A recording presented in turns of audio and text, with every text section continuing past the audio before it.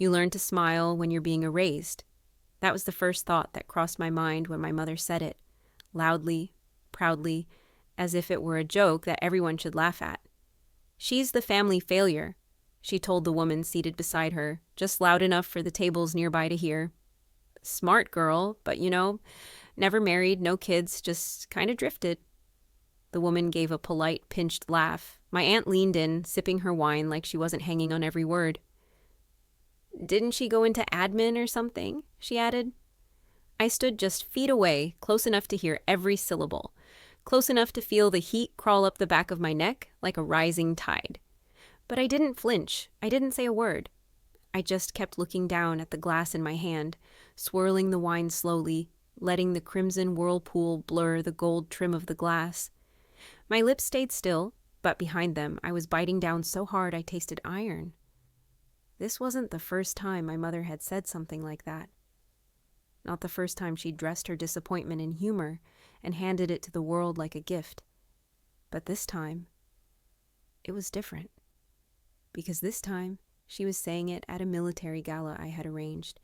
Because this time, she was surrounded by officers she couldn't name, medals she couldn't interpret, and protocol she didn't understand.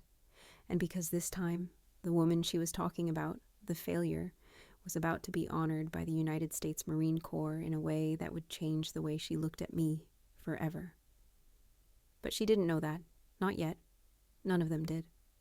They thought they were here to celebrate someone else. Maybe a fallen relative, maybe a local hero. I hadn't told them. I didn't send the invitation with details. Just a date, a location, and the line. Formal military event. Attire required, food provided. And they came. Of course they came. The Monroes always showed up for photo opportunities. My brother wore his old ROTC uniform jacket despite having left the program over a decade ago. My aunt showed up in a navy blue pantsuit with a tiny American flag pin she probably found in a drawer that morning. And my mother, she went full peacock. A flag-patterned scarf. Loud pearls. Big sunglasses indoors. She told anyone who'd listen that she'd lost her husband in service. Never mind that my father died in a hospital bed 10 years after retiring from the Marine Corps. They walked into that ballroom like they owned it, and I watched them from a distance. Heels quiet on the marbled floors, hair pulled back, name badge turned inward so no one could read it. Yet. I didn't walk over to greet them. I didn't wave. I just stood beside the tall glass window near the edge of the room, letting the early evening light cast long shadows across the white tablecloths and gold place settings. And then I heard it. She's the family failure. My name wasn't even said. Just that label. So casual, so cleanly delivered, it didn't even need clarification. My chest rose slowly. My fingers relaxed around the wine glass stem, one by one. I closed my eyes for the briefest moment, not to cry, but to steady the wave. Because it wasn't just anger, it was memory. All the years I'd spent sitting at family dinners while my mother praised my cousin's wedding dress fittings, or my brother's CrossFit journey, or how sweet the neighbor's dog was. Anything but me. The room could have been burning down around us, and she'd ask if I was still doing the little job with the office building and the charts. She had no idea what I really did. None of them did. Because I never told them. Not when I got the first clearance level. Not when I led my first counter-intel task force. Not even when General Callahan asked for me by name. You see, that's the thing about service in the shadows. It's meant to stay in the dark. It's not supposed to have a voice, or a stage, or a thank you. And somewhere along the line, I stopped expecting one. I made peace with being invisible. Until tonight. Until General Callahan called me and said, "It's time. Operation Hollow Mirror is being declassified, and we want you front and center." So I said yes, and I sent the invites. And now, here I was, being erased out loud at my own ceremony. My eyes flicked across the room. The table closest to the stage was being reset. White linen, polished silverware, a single nameplate placed beside an embossed navy blue program. Captain Eliza Monroe, U.S. Navy Intelligence Command. The nameplate sparkled under the chandelier light. They hadn't seen it yet, and they wouldn't. Not until the moment came. Until the Marine general they respected so deeply, my father's old commanding officer, stood up and spoke my name. Until the medal was placed in my hands. Until the photo of that moment went up on their walls. Until the woman they had erased rewrote the ending. But for now, I smiled. I took a sip of my wine. And when my mother's voice cut the air again, I just wish she'd done something with all that potential. I didn't correct her. I didn't defend myself because the correction was already written, and it would arrive in 5 minutes, in uniform, with applause. There's a certain kind of silence you learn to live with when you're the disappointment. It's not loud, not cruel, not at first. It's not someone shouting that you're worthless. No, that would be easier. At least then, you'd know where you stood. The silence I grew up with was quieter than that, softer, more polite. But it was a silence that swallowed everything I was ever proud of.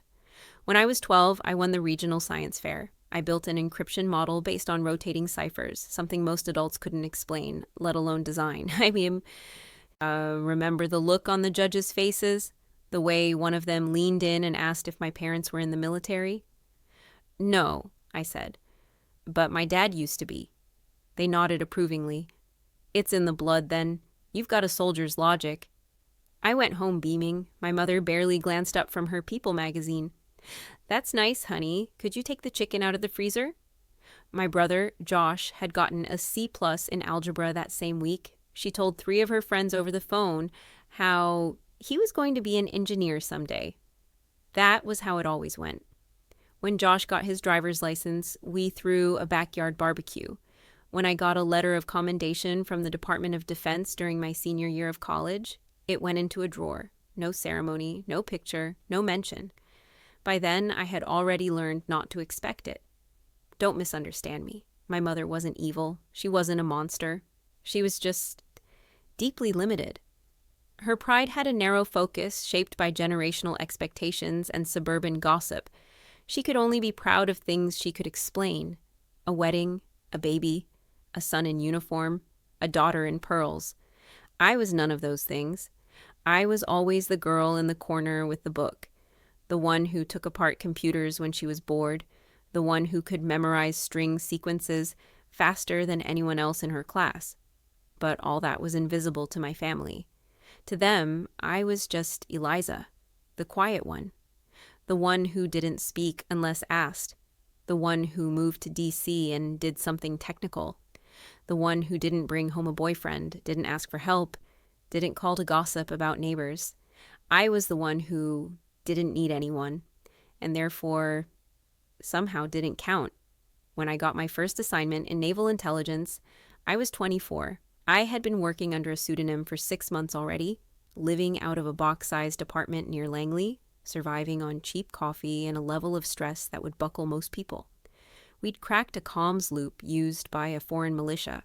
They were planning a hit on a U.S. convoy passing through an oil route in the Gulf. I stayed up 37 hours straight, coordinating with linguists, digital analysts, and satellite command to trace the attack. The convoy was rerouted with 6 hours to spare. No headlines, no names, just a quiet email, and good work. More coming. That weekend, I drove home for my mother's birthday. I wore a simple black sweater and a long skirt. She looked me up and down like I was wearing something alien. "You could look a little nicer. There'll be pictures," she said, handing me a tray of deviled eggs to carry out. At dinner, my cousin Melissa announced her engagement. Everyone cheered. When it was my turn to share something about work, I paused, just for a second, and then said, "Still working with digital systems? Cybersecurity projects? Nothing? Exciting!" No one asked a follow-up. No one clapped. They moved on. That was the moment I stopped offering anything, because how do you explain to someone like my mother that digital systems meant identifying mercenary flagships from low Earth orbit, that my projects were covert missions with lives on the line? You don't. Not to people who believe family pride only lives in wedding albums and birth announcements. I learned to live in two worlds, the one where I directed clandestine operations across multiple continents, and the one where I was asked if I'd ever considered going back to school for teaching. The two never met. Until tonight. Tonight, the two versions of me would collide, and only one would survive.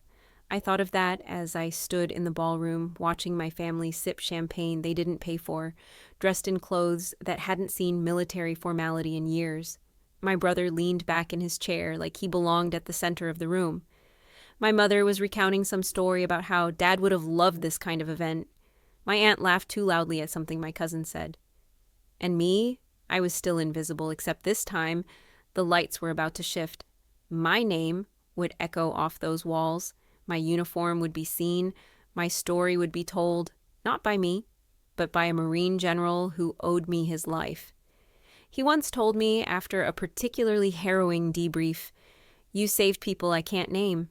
You carried weight we'll never see, but I saw you, Monroe. I always did." That was enough. For a long time it was.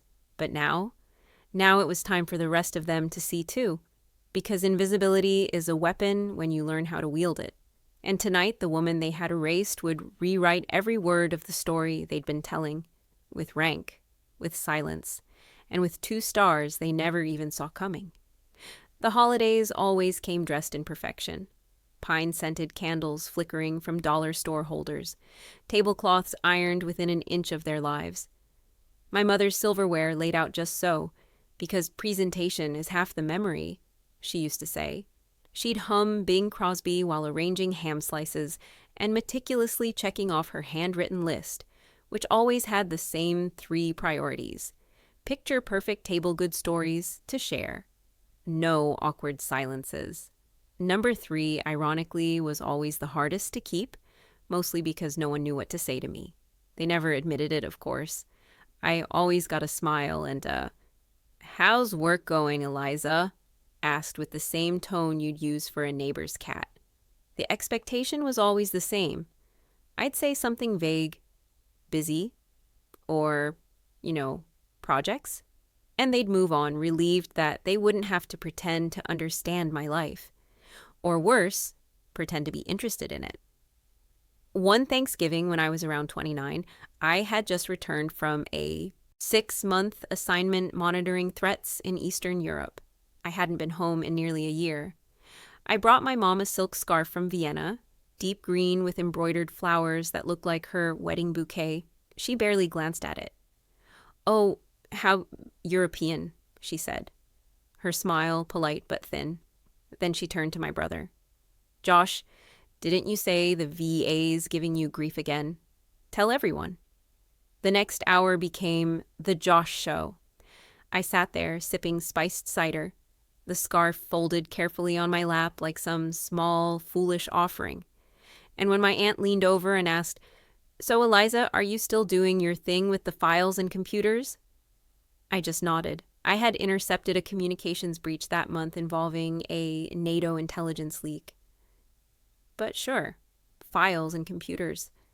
I started calling these moments my holiday ghosts, not because anything haunted me, but because I'd become a ghost myself. I floated in, I watched the performances, I kept my mouth shut, and I floated out. Sometimes I wondered if they'd even notice if I didn't show up. Sometimes I didn't. One year, I missed Easter. I was debriefing a Marine unit that had been pulled out of a failed sting operation in Tunisia. My mom sent a picture of the family gathered around a floral centerpiece. In the caption, she wrote, "Missing our whole flock today, except Eliza, who's off being mysterious somewhere." I stared at the screen for a long time. Not serving, not working, just, mysterious. As if I were hiding for fun. There was another year, Christmas, when I managed to make it home on a red-eye flight. I'd barely slept. My phone was still buzzing every few hours from secure channels, just enough to keep my heart rate elevated. I pulled into the driveway just as snow started falling. The house glowed gold from inside. For a moment, I felt like a child again, returning to warmth and safety. Then I walked through the front door. No one looked up. I stood there, suitcase still in hand, as my mother passed by with a tray of cranberry tarts. Can you put your things somewhere else? She said, not unkindly. We're using the hallway for coats. That night, when she made the traditional toast, she listed everyone she was proud of. Josh for his new job at the firehouse, my cousin Rachel for getting her son into a private preschool, my Aunt Linda for making it through her first year of widowhood with such grace. And me? She raised her glass and said, and to Eliza, for traveling all the way here? Wherever she came from. I laughed under my breath, wherever I came from. That Christmas, I'd come from a temporary command center in Morocco, where I'd overseen a tri-national counter-smuggling operation that prevented over 1,400 pounds of Semtex from being funneled into West Africa. But sure, I'd come from somewhere. That's the thing about families like mine. They think pride is earned by volume. The louder your life is, the more they see you. The flashier your announcements, the more they clap. They never learned to hear quiet victories. I had stopped bringing up my work years ago, not just because I couldn't talk about it, but because even when I tried, their eyes glazed over before I could finish a sentence. Once, when I tried to explain how my unit used metadata tracing to identify sleeper agents, my uncle asked if I could fix his Facebook account while I was at it. So I smiled. I went quiet. It was easier. I became a background detail in my own family, the woman who arrived alone, the one who didn't need help carving turkey, the one who never cried at church, the one who didn't have normal problems. I remember once after I helped reroute a Navy destroyer based on flagged chatter about an attack, an operation that required 20 hours of non-stop signal tracing. I got home, exhausted. I took a single weekend to rest. My mom called me on Sunday and said, "You haven't done anything with your life. You're always tired, Eliza. You're not living. You're hiding." I almost told her then. I almost said, "I was the reason your neighbor's son came home last year." But I didn't, because even if I had, I don't think she would have believed me. And maybe that was the cruelest part of all, knowing that the truth wouldn't matter. That even if I laid out every medal, every decrypted mission, every rescued life, she would still ask when I planned to settle down or get a real job. So I let her keep her ghosts, let her keep the fiction she could understand. But tonight she was about to meet a truth she couldn't explain away. And I wouldn't have to say a single word. They thought I pushed paper. They pictured me in a gray cubicle, hunched over spreadsheets, maybe shuffling reports for someone with real authority, a government pencil pusher, the girl who never wanted the spotlight. That was my cousin Rachel's phrase once during a brunch. "Eliza's more of a background person," she said, as if that were a gentle compliment. She said it with a knowing smile over Eggs Benedict, and my mother had nodded as if I were too fragile to handle anything more. What they didn't know, what they never asked to know, was that the desk they imagined was located 6 floors underground. No windows, no clocks, just the low, constant hum of high-security servers and the soft glow of data cascading across a wall of curved screens. We called it the tank. On the surface, it looked sterile. White walls, polished floors, blue pass cards. But the tank was where I lived a second life. It was where quiet minds waged invisible wars. The people I worked with didn't carry rifles. They carried algorithms, neural pattern modeling, eye-triggered event surveillance, signals intelligence. We didn't bleed. We intercepted. We traced conversations across continents in milliseconds. We built the digital spider webs that could catch a whisper before it became a disaster. I remember one Tuesday that bled into a Wednesday. There was a ping in Yemen. A message fragment we flagged from a previously dormant cell. No location, no timeline. Just a phrase tucked between ordinary words in an open radio loop. "The desert door is open." My hands stilled when I saw it. I ran the pattern through our linguistic mapping EEI. 5 seconds later, I had what I needed. Code for a high-value U.S. convoy ambush scheduled in 38 hours southwest of Mukalla. I leaned over to my tech. "Wake up, CENTCOM, and I want live feed on the road, 10-mile radius. Already patching through, Commander, he said. The adrenaline in the room was silent, but it buzzed like power lines overhead. Nobody raised their voices. No one panicked. That's the thing about our work. The more urgent it gets, the calmer we become.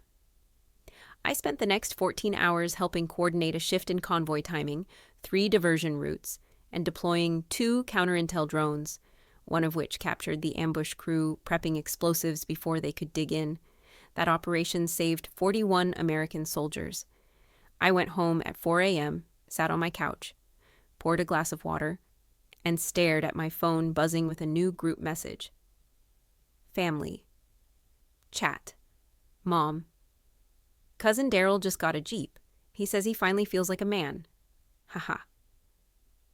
Aunt Linda. Eliza, you still up in D.C.? Don't work too hard. You've got to make time to live, sweetheart. I didn't respond. There was no point. They would never understand that the weight I carried at that desk wasn't boredom. It was precision. That every report they joked about wasn't ink on paper. It was real-time data that decided whether or not a flag would be lowered to half-mast. But to them, I was always a file clerk, someone who wrote memos. They never pictured the flashing servers. They never heard the phrase, "We have 3 mics to target." Monroe, call it. They never saw the room stiffen when I walked in. I remember one mission in particular, the one that changed everything. Operation Hollow Mirror. 3 years ago, an intelligence sting operation that ran for 11 months, spanning 5 nations, 11 languages, and 29 rotating field agents. We traced a covert weapons finance network that was fueling rogue actors in North Africa and parts of the Middle East. It was a spiderweb of shell corporations, digital currencies, forged humanitarian aid shipments, and radio silence. And I found the knot. I followed it upstream, cross-referencing satellite thermal imaging with months-old hacked bank logins hidden in metadata packets of encrypted voice calls. It led to a Swiss holding account and eventually to a name, a financier, a ghost. We shut it down in one strike. No one died. No civilians hurt. And 6 days later, without even knowing why, a Marine unit was rerouted from a location that would have otherwise been their gravesite. They never knew I was the reason. General Callahan did. He was commanding that unit. He told me in a one-line message, classified and marked with the highest clearance tier, "You saved more than lives, Monroe. You saved futures." I never told anyone. My mother asked me that week if I'd applied for a position at her friend's nonprofit. "They have you working so hard," she said. "Wouldn't it be nice to do something meaningful?" That's when I realized I could have brought home the Medal of Honor itself, and she'd ask if I remembered to send a thank you note to Aunt Linda. So I stopped trying. I stopped bringing up anything that mattered. They thought I was cold, distant. But the truth was, I was full. I was carrying too much. I couldn't afford to leak even 1 ounce of real information. They never asked what it cost to keep secrets that big. They just judged me for not sharing them. Tonight, that burden would finally lift. Not all of it, but enough. Enough for them to see. Because the file marked Hollow Mirror was about to be unsealed. Because the general I saved had requested that I stand with him, in full dress uniform. And because the medal they were going to pin on me tonight wasn't for decoration, it was for ghosts. All the ones I carried so no one else had to. And I wouldn't say a word about it. I would just let them watch. It came in a matte black envelope, no return address, no decorative seal, just my name embossed in stark silver letters, Captain Eliza Monroe. I almost didn't open it right away. Not because I wasn't curious, but because in my world, mail like that means something's about to change. And change in my line of work is rarely gentle. I peeled the seal carefully and unfolded the heavy cardstock inside. At the top, the emblem of the United States Department of Defense. Below it, printed in the same deliberate typeface they use for declarations and citations. You are hereby invited to attend a recognition ceremony to honor the critical, long-term contributions of personnel involved in Operation Hollow Mirror. Portions of this operation have now been declassified for public acknowledgement. Venue, Arlington Hall. Date, November 12th. Time, 1900 hours. Formal attire or dress uniform required. Medal to be presented. Navy Distinguished Service Medal. My hands stilled. For the first time in a long time, I felt breathless. Not from fear, but from something heavier. Something I hadn't let myself feel in years. Relief. There it was, in black and white. What I'd poured myself into. The operation I'd eaten, breathed, and carried like a second skin for over a year. Finally seen, finally real, public. That word echoed in my head like a distant bell, because that changed everything. Until now, I'd always assumed my work would disappear with me, that I'd retire, nameless and unremarked, maybe get a quiet commendation in a secure room, and that would be that. But this was daylight. This was names spoken into microphones, applause, people standing, cameras flashing, recognition. My first instinct was to decline. That's what silence teaches you. To stay invisible, even when you're being asked to step forward. I wasn't built for stages. I was built for patterns and logistics, for cold rooms and red-eye flights and 10-second decisions that tipped the scales of power while no one watched. But then I saw the second card tucked inside the envelope. You may bring guests, seating provided. I sat back in my chair and stared at it for a long time. Guests. That was the moment I realized what this could be. Not a reward, not a photo op, a reckoning. I didn't want revenge. Not really. That wasn't the shape of what I felt. But something inside me stirred. A quiet, electric resolve that curled its fingers around my spine and whispered, let them see you. Let them sit in the front row. Let them wear their pearls and polished shoes. Let them assume the ceremony is about someone else. Let them keep their perfect image of the daughter who never quite found her path. And then let them hear the general speak your name. Let them watch you walk to the stage in a uniform they didn't know you wore. Let them watch the medal go over your heart, the one they believed was empty. Let them sit in that silence. So I filled out the RSVP. 5 guests, mother, brother, Aunt Linda, Uncle Ray, my cousin Rachel. I didn't explain what it was for. I didn't include a program or a hint. I didn't even sign the card. I just had the envelope sent with a printed note that said, this is important to me. It would mean a lot if you came. That was all. No warning, no build-up, no attempt to control their expectations. Because they'd made up their minds about who I was, and I wanted to let them bring that story with them so they could watch it fall apart. In the weeks leading up to the ceremony, no one asked about it. Not once. Not even out of politeness. My mother texted, got the invitation. Must be for someone from your office. Hope we don't have to sit too long. I typed a reply and deleted it 3 times before sending. It won't be long. My brother called me once, mostly to complain about his truck repairs. At the end of the call, he said, hey, what's that thing we're going to again? Just a work event. Right, we should grab dinner after. You probably won't want to stay for the reception. I smiled to myself. He had no idea.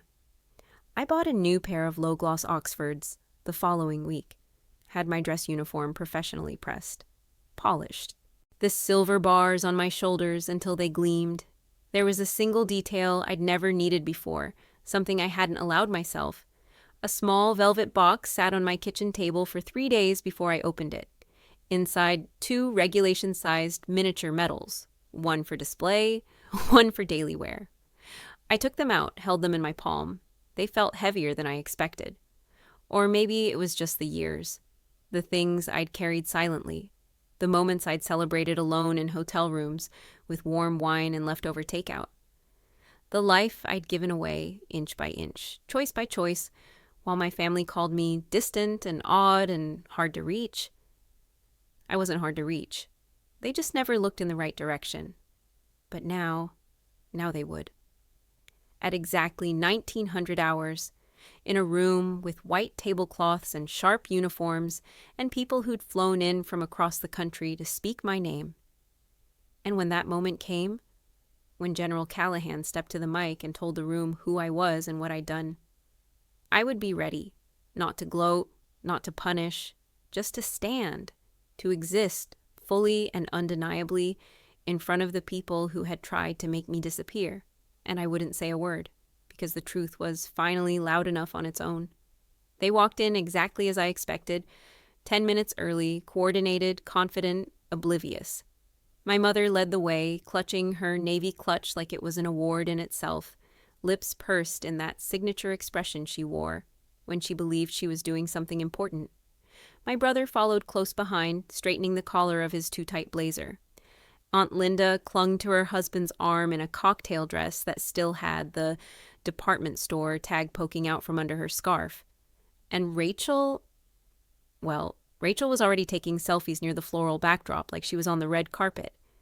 None of them saw me. I was standing off to the side, half shielded behind a pillar, fully dressed in my formal uniform. I hadn't added the miniature medals yet.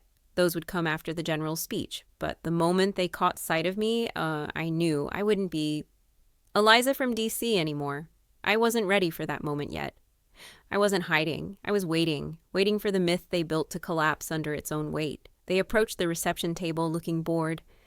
The young ensign in charge of check-ins gave them a tight smile and nodded toward the inner hall. "You're seated at table 1, front and center. The captain requested it." My mother blinked. "The captain?" "Captain Monroe," the ensign said, glancing at the guest list again. "This is her ceremony." There was a beat, so short it might have gone unnoticed by anyone else. But I saw it, the momentary flicker of confusion. Then it was gone. My mother laughed. "Oh no, that can't be right. Eliza's just staff." She said that word staff the way someone might say coat check. The ensign looked uncertain but nodded. "You're still at table 1, ma'am, right near the stage." I watched as they walked into the ballroom. My mother's heels clicked too loudly. My brother was already scanning the room, probably for someone to talk sports with. Aunt Linda was whispering behind her hand. Rachel pulled out her phone again and muttered something about needing better lighting. They took their seats, not realizing they were sitting in a spotlight. I stepped farther back into the hallway, invisible again, but this time by choice. The ballroom was beautiful. I'd helped plan parts of it, though no one knew. White tablecloths, flags hung in perfect alignment, brass nameplates for every attending officer, lined up with military precision. Soft music floated from the small quartet tucked into the corner, the low hum of prestige and discipline settling over the room like a warm velvet curtain. And yet, none of it was enough to quiet the noise in my head. I could still hear my mother's voice, just 2 weeks ago, on speakerphone while I folded my uniform. Are there going to be speeches? I hope it's not all boring protocol.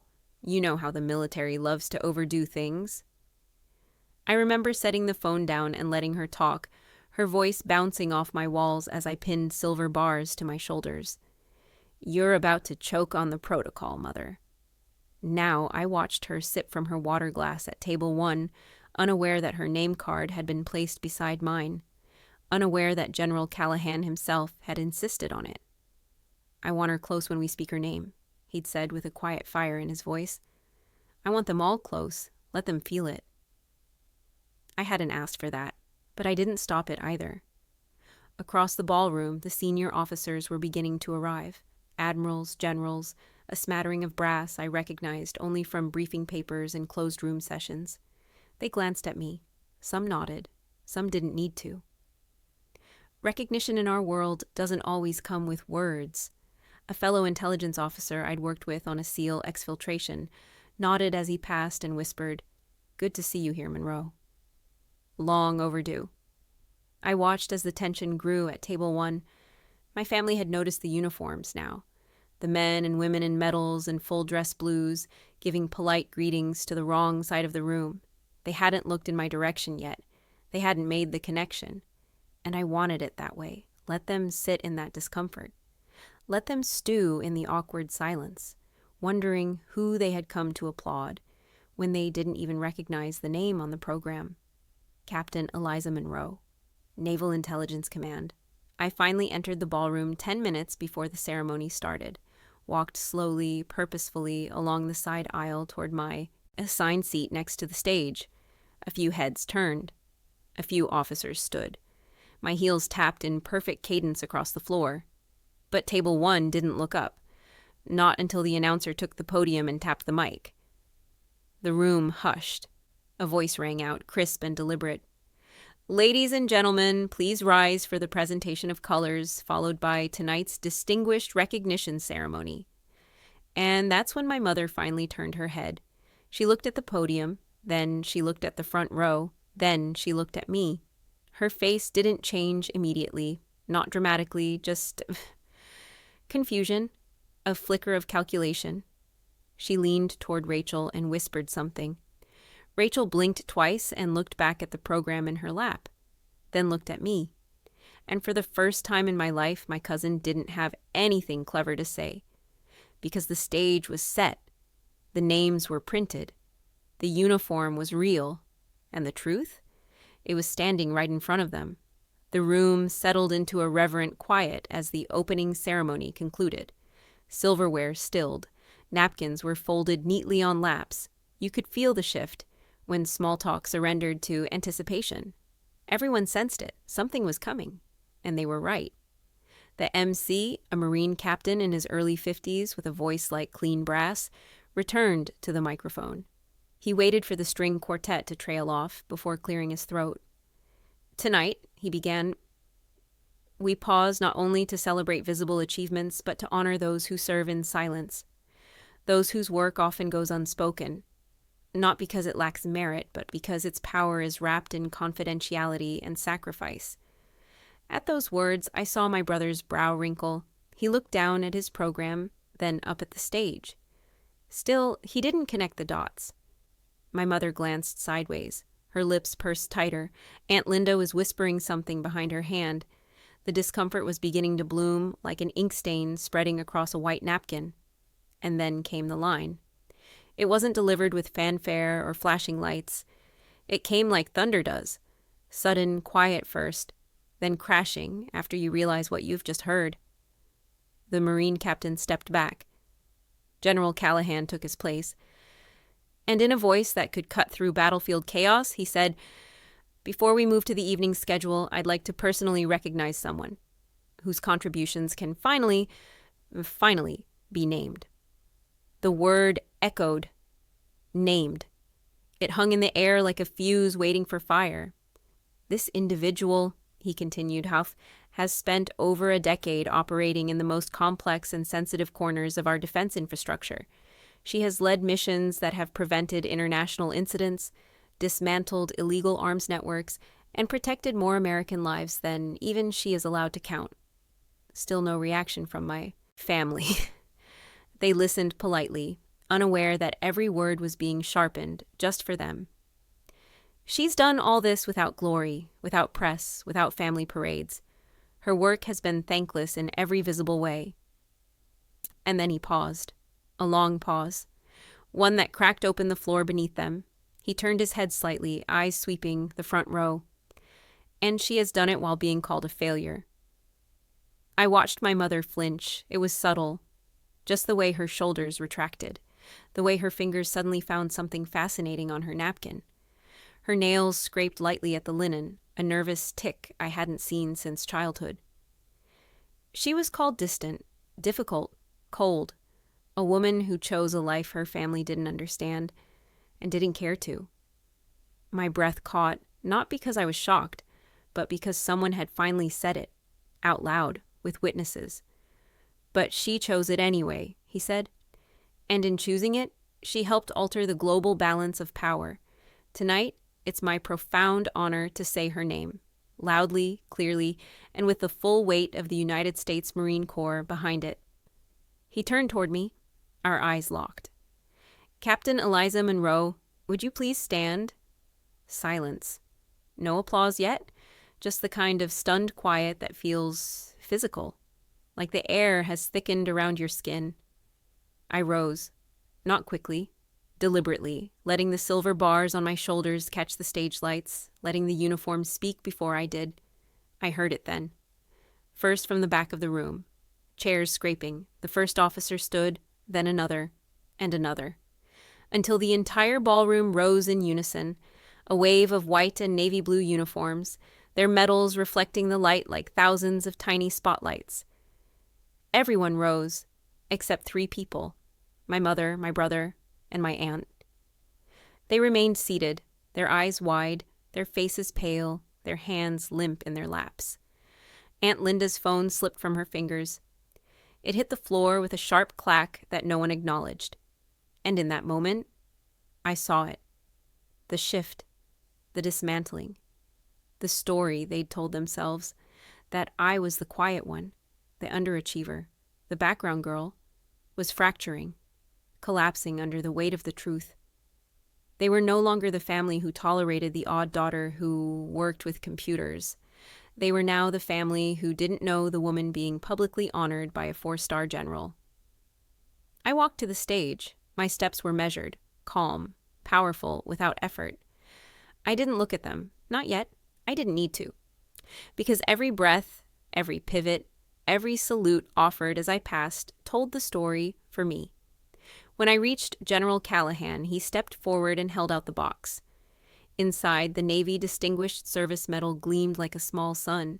He pinned it just above my heart. Leaning close, he whispered, "So only I could. Here. They're watching now. Let them." I nodded. The medal's weight settled on my chest, not heavy, but grounding, like armor that had always been mine. The general returned to the mic, and instead of reading a formal citation, he told the story. He spoke of Operation Hollow Mirror, of the attacks that never happened because of the signals my team had intercepted, of the diplomats who returned home safely, of the Marine unit that changed course based on intel I approved, of the 12 lives saved from a silent ambush. He didn't say it outright, but I saw the realization dawn across the room as he spoke. The woman they mocked saved their sons. When he finished, the applause came, not polite, not restrained, but thunderous. And as I stood there, hands steady at my sides, I turned, just slightly, and allowed my gaze to fall across the front row. My brother's mouth hung open.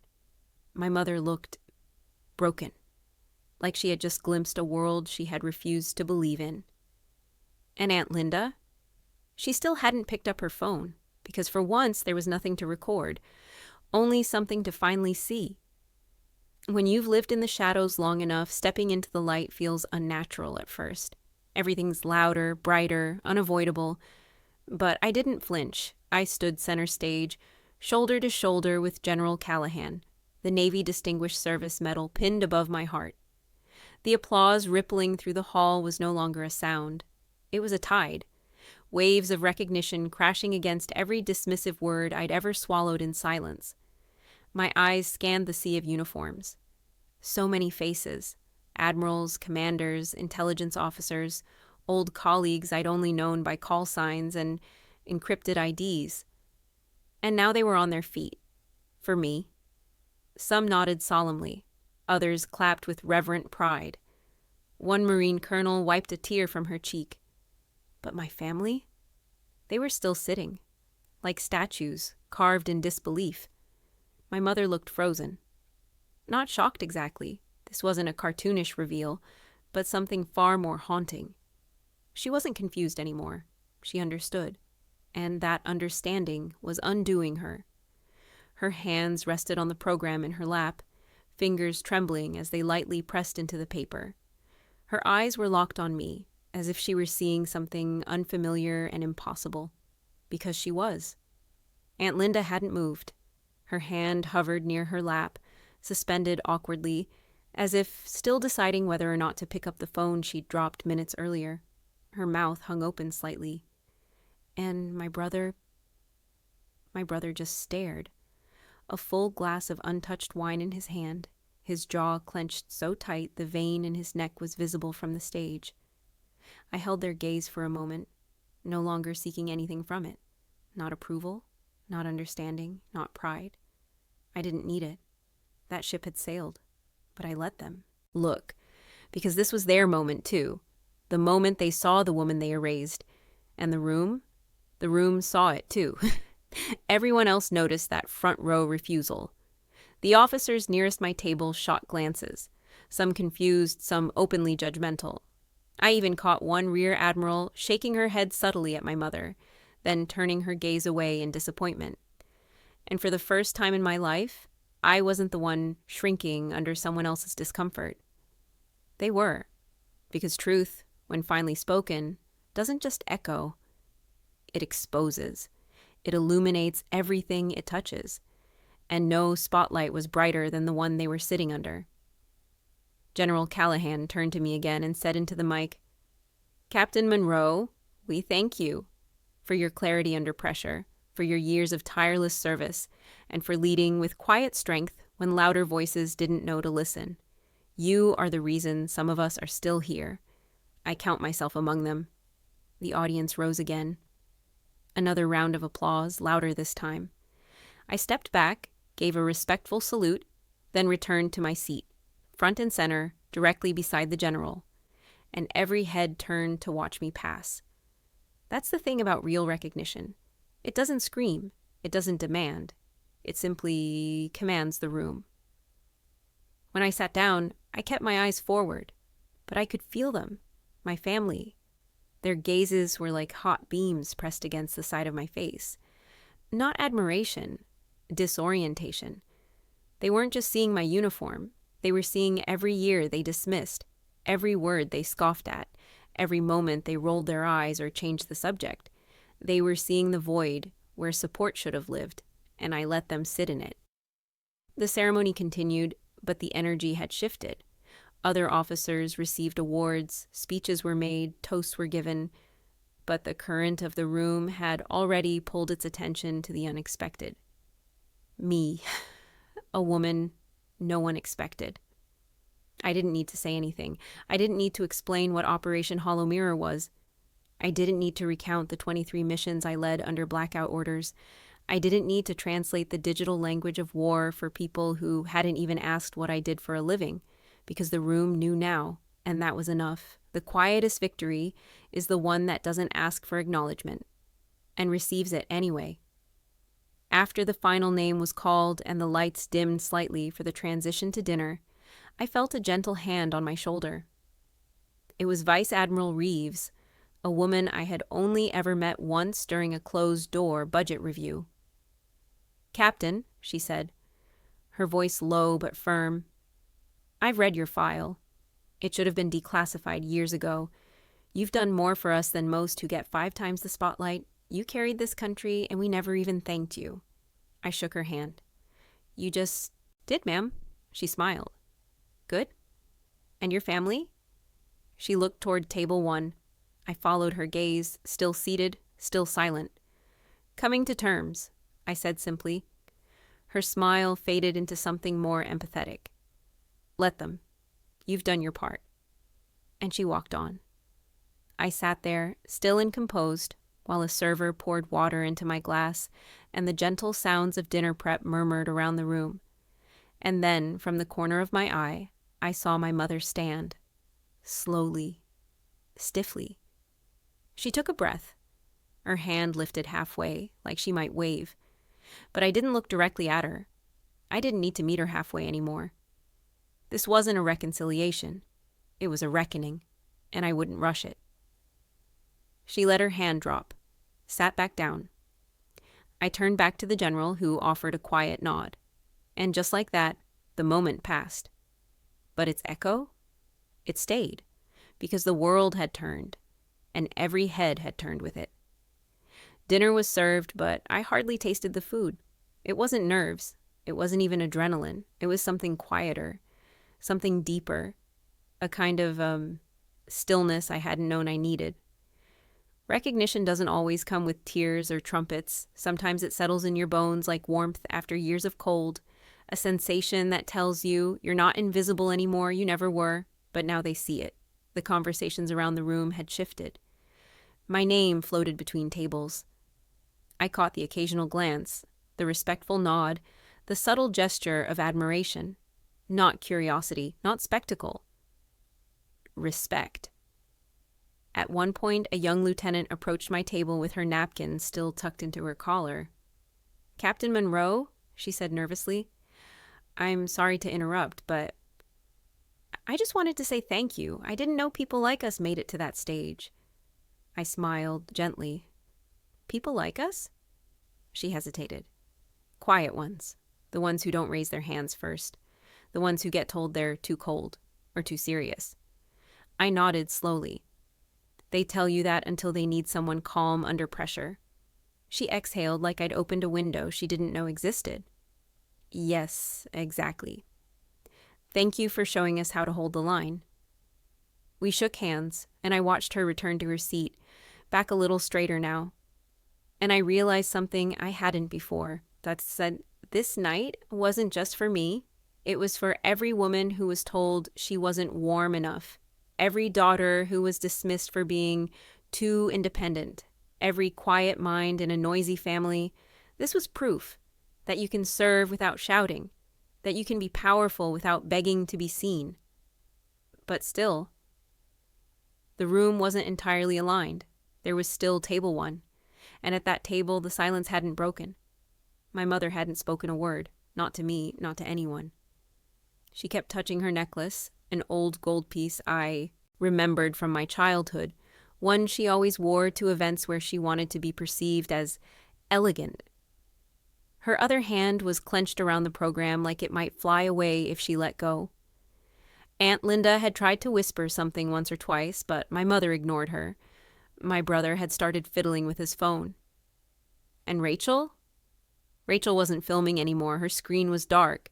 Her shoulders were stiff. The show was over. They'd come expecting to roll their eyes, to smirk through a boring military banquet. They'd come expecting to see me at a folding table in the back. Instead, they saw me walk across a stage, called forward by a 4-star general pinned with a medal, and saluted by every officer in the room. They saw me become undeniable, and I saw them shrink. That's the thing about people who build their identity on feeling superior to you. They don't know what to do when the illusion breaks. There is no playbook for that kind of silence. No script for what to say when the disappointment of the family is the one saving lives behind encrypted lines. I didn't want revenge. I wasn't hungry for it. I was full with something far richer.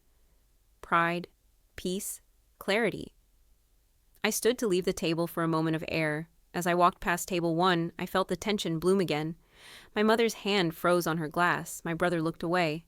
And then a voice. Small, controlled, but familiar. Eliza? I stopped, turned. My mother was looking at me. Really looking. Not the half glance she used to give during awkward family dinners. Not the tight smile of obligatory politeness. Her eyes searched mine like they were hunting for someone they didn't recognize. I didn't know, she said quietly. None of us did. I didn't reply. She cleared her throat, her voice cracking slightly. Why didn't you ever say anything? That was the moment I felt it. That deep, cavernous divide between what they thought happened and what actually did. You weren't listening, I replied, soft but firm. You never asked. Her face tightened. I could see 1,000 unspoken defenses swirling behind her eyes. But we thought you were okay. You always seemed distant.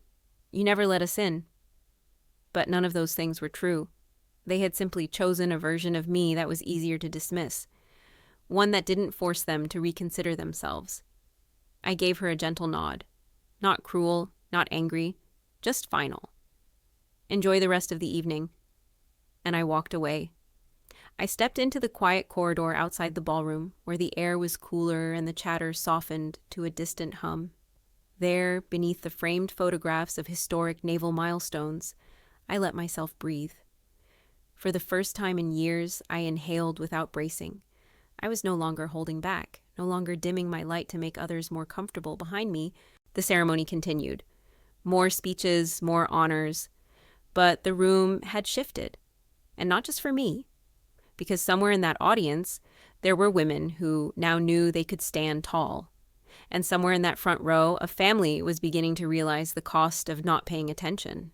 That's the thing about truth. It doesn't beg to be believed, it just waits. And when it arrives, it brings the silence with it. The evening had grown softer now. The speeches were done. The stage lights had dimmed, only the golden flicker of candlelight remained, reflecting gently in polished wine glasses and metal clasps. The hum of conversation returned, but it had changed. Quieter, more intentional. Less noise, more depth. Even the music seemed to understand the shift, the quartet playing slower now, with the care of people who knew something sacred had just occurred. I had returned to my table, a quiet glass of wine in hand. My dress blues still sharp, still proud, the medal still pinned at my chest, as if it had always belonged there. The general was speaking to someone at the next table, an admiral's aide maybe. I heard words like leadership review and global intel initiative. But I wasn't eavesdropping. I was absorbing, letting the quiet wrap around me like the security clearance I wore for years. Except this time, the silence wasn't hiding me. It was holding me. I looked around the room. Faces I once thought of as distant or unreachable now nodded to me with familiarity. They knew me now, not as a name on a report, but as a presence. And then came the gentle ping, ping, ping of a spoon against a glass. Not harsh, not demanding. Just enough to signal, one more moment, please. The MC, that same Marine captain from earlier, stood again. His coat slightly wrinkled now, his eyes soft with fatigue and respect. "Ladies and gentlemen," he said, "before we conclude tonight's ceremony, we ask for one final toast, not just to the honoree, but to what she represents." The room stilled again. The captain lifted his glass. "To the silent strength, to the unseen hours, to the years spent in quiet service, to those who never needed applause, but finally earned it." He looked at me directly then. "To Captain Eliza Monroe." Everyone rose. Again. This time not from duty, not from performance, but from something else entirely. Gratitude and reverence. Glasses lifted, eyes on me, a soft chorus of "To Captain Monroe" echoed across the room. I stood slowly, met their gaze, and lifted my own glass, not just for formality, but because it was time. Time to say something, not to defend, not to explain, but to stand in it. "Thank you," I began, my voice steady, not just for the toast, but for listening, for seeing. My voice traveled easily, unstrained, the kind of voice that didn't need to prove anything. For years I worked, behind walls built by clearance levels, by protocol, and sometimes by family. I let that word hang there just long enough. Table 1 shifted in their seats. I've never regretted the choice to serve, but I have mourned the silence that came with it.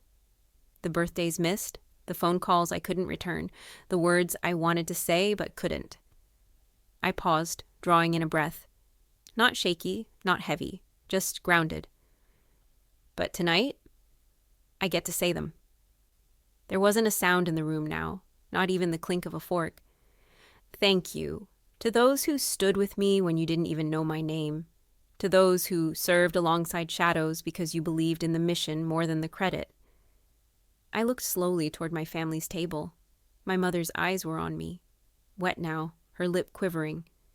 My brother looked down at his lap. Aunt Linda stared straight ahead, arms folded tightly. I didn't speak to them directly, but I didn't ignore them either. And to those who dismissed what they didn't understand, I hope this room has reminded you of something important. Another pause. That silence is not absence, that distance is not failure, and that service, real service, is sometimes invisible until the moment it's no longer optional. There was a breathless stillness, and then applause again, not polite, not ceremonial, but earned. This wasn't a standing ovation for the uniform. It was for me, for the woman beneath it, for the girl who once sat at the kitchen table being told she was too withdrawn, too strange, too hard to love, for the daughter whose mother once said, "She's the family failure," loud enough for the neighbors to hear. Now the room heard me, and they stood for me. After the toast, a few more people came to speak with me. Some shook my hand with both of theirs. Some just nodded, unable to form words. The aide to the Secretary of Defense asked me if I'd consider speaking at the Women in Intelligence Summit. A retired colonel offered to write a profile for a defense leadership journal. I accepted nothing right away. Because this night wasn't about planning the next step. It was about standing still, fully seen, fully known, and finally, fully honored. As the night wore on and the room slowly emptied, I stayed in my seat, just watching the glow fade gently into darkness. Eventually, I heard the sound of approaching footsteps, heels, light and uncertain. I didn't turn. I already knew. "Eliza," my mother said softly behind me, "can we talk?" I didn't answer, not because I wanted to be cruel, but because I didn't owe her the ending she expected. Some stories don't tie themselves in perfect bows. Some truths live best when left to echo. And this one was finally loud enough to speak for itself. I didn't respond to my mother right away. Her voice had softened, uncertain, almost childlike, but I had lived too many years under the weight of that same voice when it rang with criticism. I had spent too many nights replaying versions of conversations that never happened, hoping that someday she'd say what I needed. But when it finally came, it wasn't what I needed anymore, because I didn't need anything from her. Not now. Not anymore. I stood slowly, brushing invisible creases from my uniform. The hall had grown quiet, most of the guests already gone or waiting at the valet. The staff were clearing tables, carefully folding white linens and stacking dishes, their movements gentle as if not to disturb the reverence still hanging in the air. My mother remained a few paces behind me. I could feel her hesitation, the weight of words she hadn't yet formed. "You could have told us," she said finally. We could have supported you." I turned to face her, slowly. Her eyes met mine, and for the first time in my life, they didn't hold superiority, or shame, or pity. They held fear, not of me, of what she missed, of what she could never undo. "You didn't want the truth," I said quietly. "You wanted the version of me that made you feel comfortable." Her face tightened. "That's not fair." "Isn't it?" I asked, my voice calm. "You never asked about my job. You changed the subject when I tried to explain my training. You laughed when I told you I couldn't come to Rachel's engagement party because I was on assignment overseas." Her lips parted slightly, but she didn't speak. "You assumed I didn't care, but the truth is, you didn't bother to learn what caring looked like in my world." Her eyes dropped to the floor.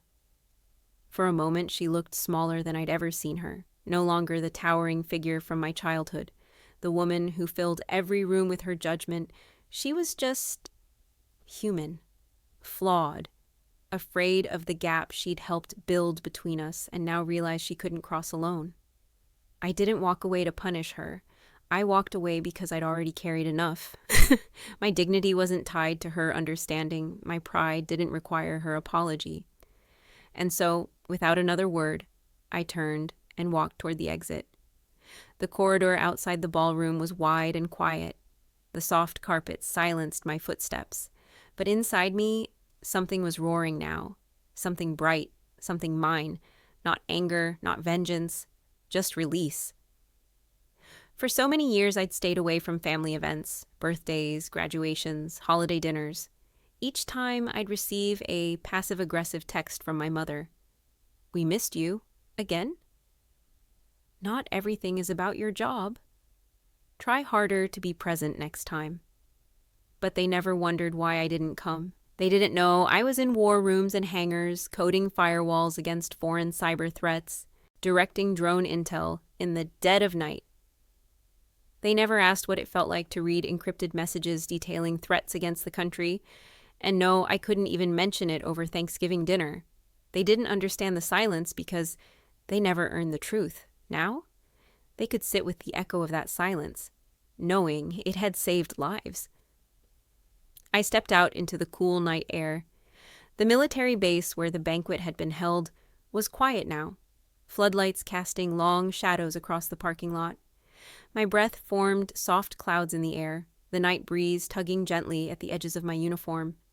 My driver, a young enlisted corporal, stood at attention beside the black car. "Captain Monroe?" he greeted, opening the door. "Thank you, Corporal." As I slid into the back seat, I glanced once more at the entrance behind me. My mother stood just inside the glass doors, watching. Her figure was backlit by the warm lighting of the ballroom, her arms folded in front of her chest. Not angry, not proud, just still. We stared at each other through the glass, two women separated by a lifetime of misunderstanding, but only one of us had found peace. The car pulled away slowly, tires crunching softly over gravel as we exited the lot. I didn't look back again, because I wasn't leaving something behind. I was moving forward. For the first time in my life, I wasn't defined by the words they spoke behind my back or the names they called me to my face. Too cold, too distant. The family failure. Let them say it. Let them sit with it. Because tonight the world had said something else. Captain Monroe, leader, strategist, honored. And that was the truth. Not theirs, mine. As the base faded behind me and the lights of the city began to glow in the distance, I let my hand rest over the metal pinned to my chest. It was real, solid, heavy with everything they never knew. It didn't erase the past, but it didn't have to, because I had already risen, and I would never again lower myself to fit their comfort. This was my departure, but not from them, from the silence, from the doubt, from the part of myself that once wondered if I'd ever be seen. Now I knew better, and somewhere, deep inside, I smiled. 3 weeks passed, no phone calls, no messages, no emails, just silence. And it didn't hurt. Not this time, because this silence wasn't empty, it was full of understanding, of closure, of choices made and no longer needing to be explained. I didn't check my phone out of hope. I didn't wonder if they'd change. I had changed. That was enough. One afternoon, I returned to my small home in Alexandria after a short consultation at the Pentagon. My work hadn't ended. Retirement was still years away. But everything about how I moved through the world had changed. Not because of the medal, not because of the standing ovation, but because I'd finally stopped apologizing for who I was. The first thing I did when I got home was hang the medal. Not in my office, not in a drawer, not tucked in a velvet case under the bed. I placed it above the hallway mirror. Quiet. Visible. Mine. It wasn't about pride, it was about presence. Every time I passed that mirror, I would no longer just see the quiet woman others once dismissed. I would see the woman who showed up. For her country, for herself. Despite everything. Later that week, a letter arrived. A thick ivory envelope, handwritten. My mother's penmanship. Deliberate, tight, slightly tilted right, like it was trying to behave. I didn't open it right away. I placed it on the table, brewed some tea, sat beside the window where the afternoon sun fell in golden angles across the floor. Only then did I unfold it. It wasn't long, no grand apology, no begging for forgiveness. Just a few lines. You were never the failure. I think I said it out loud because I feared it in myself. I'm sorry I didn't see you until others did. I hope, one day, you'll let me try again. Mom. I stared at the words for a long time. There were no tears, not this time. Because this wasn't a wound reopening, it was a scar being acknowledged. She hadn't asked to be absolved. She had simply told the truth. And truth is always enough. I didn't write back, but I didn't throw it away. I folded it gently and slid it into a drawer with a photograph. One of me, age 12, standing outside my middle school science fair, holding a project I'd built alone, a solar-powered water filter. My face in that photo was bright, eager, certain of its value. I had forgotten that version of me for a long time, but she had never stopped waiting for me to come back. And now, I was back. Fully. A few days later, I received a request to speak at the Naval Academy, a leadership seminar for incoming officers, particularly women entering intelligence service. I said yes. The auditorium wasn't nearly as large as the ceremony ballroom. No candlelight, no generals. Just 112 cadets in uniform, sitting upright in rows, notebooks open, pens ready. They expected a speech. Instead, I gave them this. You will be underestimated. You will be misunderstood. Sometimes by strangers, sometimes by family. But service isn't about who applauds for you. It's about who you become when no one is watching. I paused. Let them breathe. Let them feel it. You may be called cold or intense or distant, but I promise you this. The moment you need calm in a storm, everyone will look to you.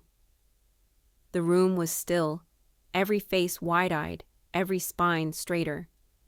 Lead anyway, love anyway, and never ever dim just because someone else can't see your light. Applause came, not loud or frenzied, but knowing earned after the talk. One cadet approached me, a young woman with striking red hair and steady eyes. My mom says I'm too serious, she said. She wanted me to be a teacher, said I'd never survive the Navy. I smiled. Tell her serious saves lives. She laughed. I will. I walked out of that auditorium not thinking about my family, not about what I lost, but about what I had gained. Legacy.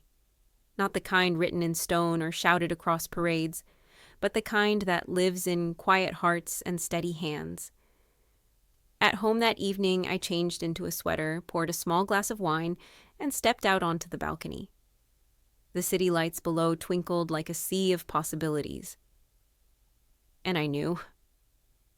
I had already lived through the storm. Now I got to choose the light. My name is Captain Eliza Monroe. They once called me the family failure. Now, they call me by my rank. But more importantly, I call myself whole,